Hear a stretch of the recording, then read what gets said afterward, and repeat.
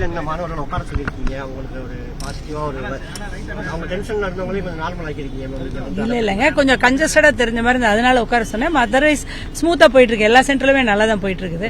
எல்லா சென்டர்லயும் நம்ம nodal officers பாத்துட்டு இருக்காங்க, நானும் சென்டர்ஸ் பாத்துட்டு இருக்கிறேன். சோ எல்லா குழந்தைங்கள்ல இருந்து எல்லாருமே கம்ஃபர்டபுளா தான்.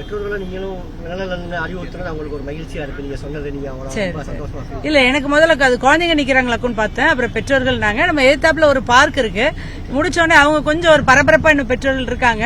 2 மணிக்கு எக்ஸாம் ஆரம்பிக்கும் போது எல்லாரும் அங்க போய் உட்காந்துறோம்னு சொல்லியிருக்காங்க. இல்ல, இது வரைக்கும் எந்த சிரமமும் இல்ல, எங்கேயும் எந்த பிரச்சனையும் இல்ல.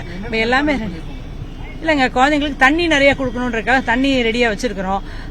இப்ப யாருக்கு என்ன பிரச்சனை ஆனாலும் உடனடியாக மெடிக்கல் எய்டுக்கு ப்ராமினன்ட் பிளேசஸ்ல நம்ம சிட்டியில வந்து ஒரு 5 இடத்துல ஆம்புலன்ஸ் ரெடியா இருக்கு. இங்க வந்து இப்ப அவங்களுக்கு இமீடியட்டா ஏதாவது சாப்பிடணும் அப்படின்னு இருந்தா வாட்டர் அண்ட் பிஸ்கெட்ஸ் வந்து எல்லா ஹால்லையும் அவைலபிளா வச்சிருக்கிறோம். ஸோ அவங்களுக்கு என்ன இருந்தாலும் உடனே அட்டன் பண்ற மாதிரி மெடிக்கல் எய்டு எல்லாமே ரெடியா இருக்குது. ஸோ சில்ட்ரன் எல்லாருமே கம்ஃபர்டபுளா தான் இருக்காங்க. நான் போய் பார்த்த எல்லா சென்டர்லயுமே நல்லா இருக்காங்க.